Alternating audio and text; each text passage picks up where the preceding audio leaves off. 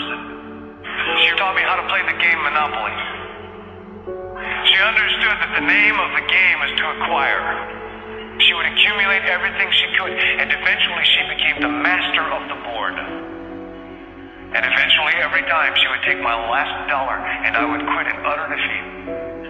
And then she would always say the same thing to me. She'd look at me and she'd say, "One day, you'll learn to play the game." One summer, I played Monopoly with a neighbor almost every day, all day long. We'd play Monopoly for hours. And that summer, I learned to play the game. I came to understand the only way to win is to make a total commitment to acquisition. I came to understand that money and possessions, that's the way that you keep score.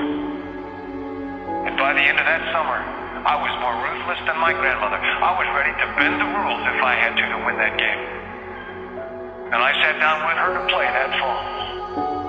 I took everything she had. I destroyed her financially and psychologically. I watched her give her last dollar and quit in utter defeat. And then she had one more thing to teach me. Then she said, "Now it all goes back in the box." All those houses and hotels, all the railroads and utility companies, all that property and all that wonderful money. Now it all goes back in the box. I didn't want it to go back in the box. No, she said. None of it was really yours.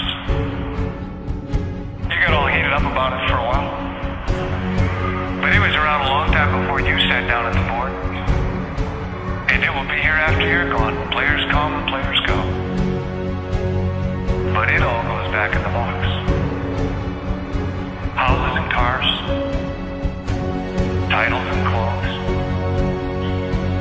Filled barns, bulging portfolios, even your body. Because the fact is that everything I clutch and consume and hoard is going to go back in the box, and I'm going to lose it all. There's not much of an ROI on that. So you have to ask yourself, when you finally get the ultimate promotion, when you've made the ultimate purchase, when you buy the ultimate home, when you have stored up financial security and climbed the ladder of success to the highest rung you can possibly climb it, and the thrill wears off, and it will wear off, then what? How far do you have to walk down that road before you see where it leads? Surely you understand, it'll never be enough. So you have to ask yourself the question, what matters?